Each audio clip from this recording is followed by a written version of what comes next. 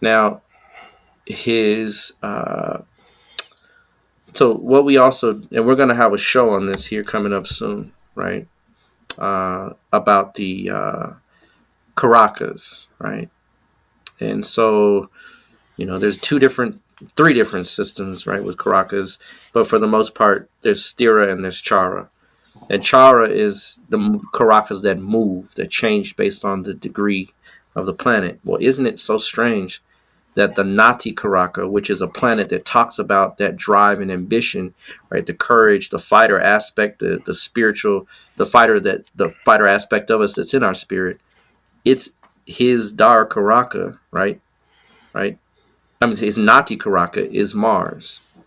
Whenever the Nati Karaka is conjunct the ascendant, it's a yoga for war or a yoga for fighting, especially when Mars is it. Right? So again, showing that this man had a definite drive to fight, to try to exact justice is really what it is, right? For his people, right? Which is Cancer, right? And then not only that, for his people and his homeland, to try to literally make them better, to try to better them, because Venus is the planet that refines and tries to uplift, and it's aspecting the fourth house ruled by Mars as well. So all of these things show clearly that this man was there to try to, and they say the road to hell is paved with good intentions, but try to, right, uplift or try to change his nation for the better, right? Yeah. And yeah, so he was definitely a military guy. He was a military leader. That's his background. absolutely, Mars in the ascendant as the Nati Karaka, right? Mm-hmm. Now his Atma Karaka is his Atma Karaka is conjunct Saturn, Mm-hmm. right? Isn't that interesting? Because that means the soul, right, is here to deal with the frustrations of government. Because Saturn is conjunct, it's conjunct, right? Bhatri Karaka is Saturn, which indicates your fellow brethren, the people that you call colleagues and cohorts, right? And so that's combust, right? So it shows that literally that link with the brothers is one of that it comes through dissatisfaction or distaste, right? Because you don't have, anybody can have, those planets can be anything, right? Yeah. But when they become the Nati Karak, now check it out, right? Venus is the Amacha Karak, right? Mm-hmm. Which indicates a lot of times the access point that the soul has to use in order to exact its will, to exact its lessons. Yeah. And so where is the Amacha Karak and what sign? Aries, 10th Which is house. military leader, Mm-hmm. right? In the 10th house of leadership itself. Mm-hmm. Right? So showing his career as a ruler. Boom! Right? Can't get any better than that. Right? It's just sweet how it's arranged, right? Perfectly. Right? His Mercury, his Adara Karaka, Mercury, many times when the Adara Karaka is Mercury, that person will have more than one wife. Right? Because Mercury is all about variety and change and travel and movement. Mm-hmm. Right? And Mercury, we understand, it's in the 12th house. Good sign for two wives, at least. Right? Mm-hmm. The 12th house is house of 6th house from the 7th, which shows divorce. Right? There's back to what you're saying about Venus, right there. There's also another interesting thing he had. His personal security was all women. Women. It sure was. It's called the Amazonians, right? Yep. Amazonian Guard, which Mm-hmm. actually he got from India, right? In the Arthur Veda, right? Arthur Shastra. Arthur Shastra, right? Yep. Yeah. They show how the bodyguard of a man should be, and these women were virgin according to folklore or legend or whatever. They were virgins. Yeah. They pledged themselves to virginity. Now that's deep, right? Right. You got women that ain't been touched by a man, right? Yeah. Ready to die for you, right? That's deep, right? And I mean that Venus plays out well, very, very much so in the 10th house. So thank you for pointing that out. That's excellent, man. Yeah. Excellent. So moving deeper into this, right? So when the K2 period happens, right, he gets married. Now he see K2 periods are, you look at this. He has a coup d'etat, right? Gets married, divorces her, and gets married in the same year. Literally. That's a lot. When you check it out, it's like That's a whole lot. that's a whole lot. Real Man, right? Man. Well, guess what? What aspects K2? Mars. Mars, yeah. Right? And so when Mars aspects K2, you can pretty much guarantee that first marriage pretty quick, right? Yeah. The second one is actually who birthed. He stayed with her until the very end. But they had a lot of stories about he was ladies' man. He would pay for it, take care. You wouldn't be missing a meal. Or I mean, he's a king. I mean, you have to take in consideration.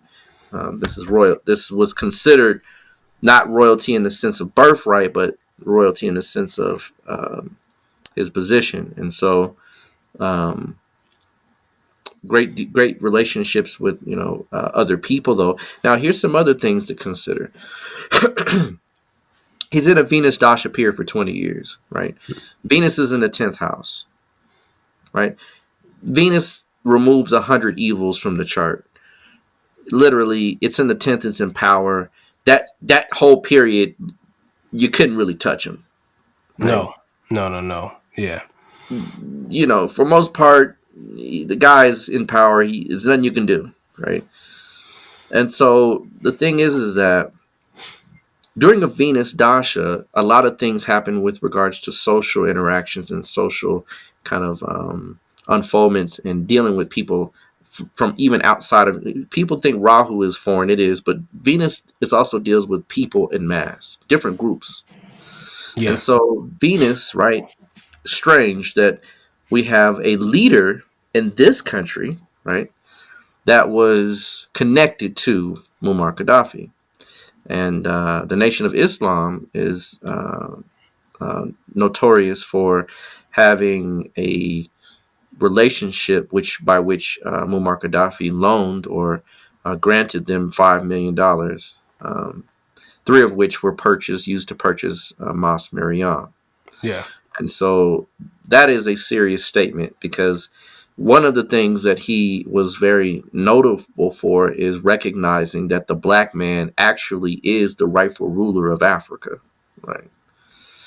And so,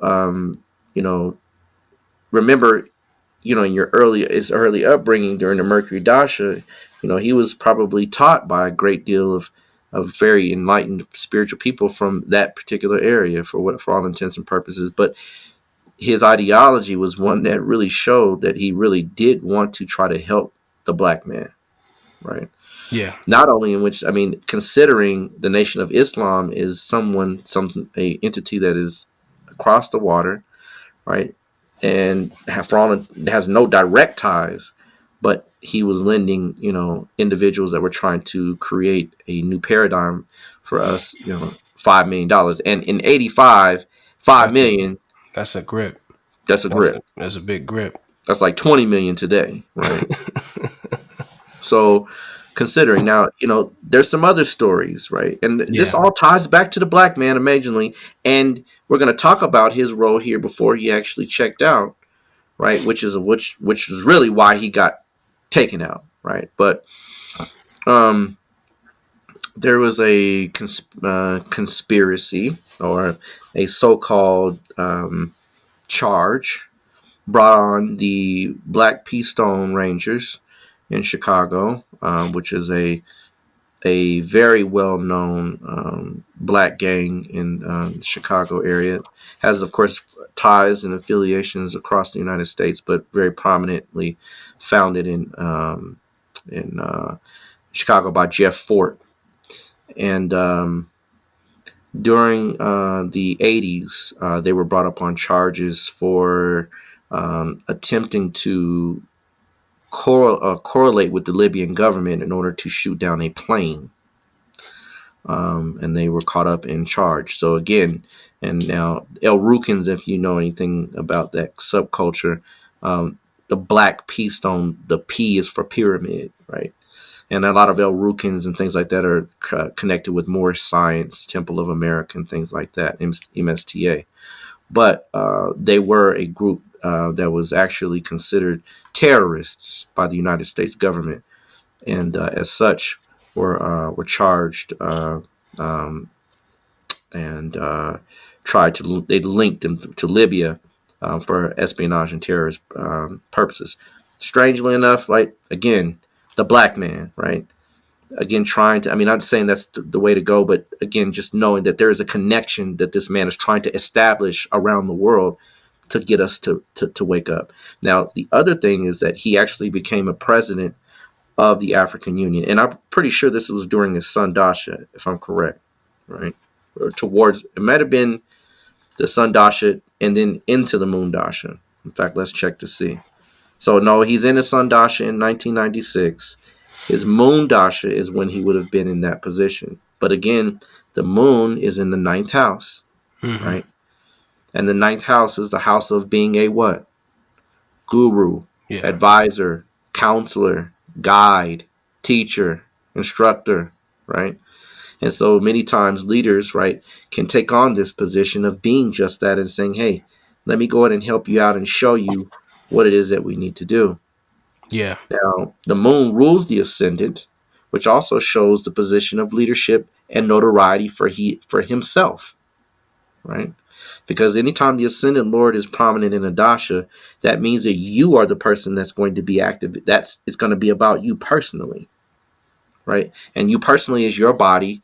Your actual apparatus is one that's on display. So therefore, leadership is an actual epithet of the first house lord, first lord dasha. Yeah. So again, showing, right? This is all what it is. Now, fourth from the moon rules for Jupiter rules the fourth. I mean, Jupiter rules the moon, and it's in the fourth from the moon, also showing, right, that the ruler of this planet still puts him in a Kendra from the moon, which also still makes it very powerful and very advantageous for him during this time. So this is the time when he literally becomes the ruler of the African Union. Now, at that time, there's a lot of controversy about what was going on in the particular African Union, but what is very strongly conveyed around amongst different sources is that he was in the position of trying to create a new structure within the African continent that had its money backed by gold. Right? Now, that's very dangerous because this is something that you don't play with. You can play with people's anything, but when it comes to their money, and I'm talking about not just the sense of money when it comes to, stopping or thwarting it, but taking control and guiding other people as if you're now the literal value of the dollar. That is dangerous. Right? That's more dangerous than any bomb you can drop. Any North Korea, you see, they didn't mess with, and they could have got to him, right? They didn't mess with him. But Gaddafi, yeah, you want to change the game? Yeah. And there was purported that he had nukes, right? We don't know, right? Purportedly. But they'll say anything to get you out of there, right? Oh, yeah. But we do know, right, that he was confirmed the African leader. He was a leader of the African world for the most part. Right? That's a, he got a Gaj Kasari. He does have a Gaj Kasari because it's in the fourth from the moon. You're absolutely right. So that moon, Yep. Trigger that. Yeah. So that moon's going to trigger that. You're absolutely right. That gigantic, because Gaj Kasari just means it's an elephant, right? Mm-hmm. So it literally makes you massive, large, right? Mm-hmm. Overwhelming, unstoppable to a degree. And they had to do this at that time because had he continued, he'd have got to what Dasha? What was He the would have next got dasha? Mars. Boom! They had to stop him before he got there. They had to, because had he got to his Yoga Karaka dasha, man, it would have been problems. Yeah, he probably. I mean, I don't even like saying what I was about to say, but you know, some sort of, you'll see a more, let's say, a more organized, more, you know, ambitious African Union, to say the least. Woo! Yeah.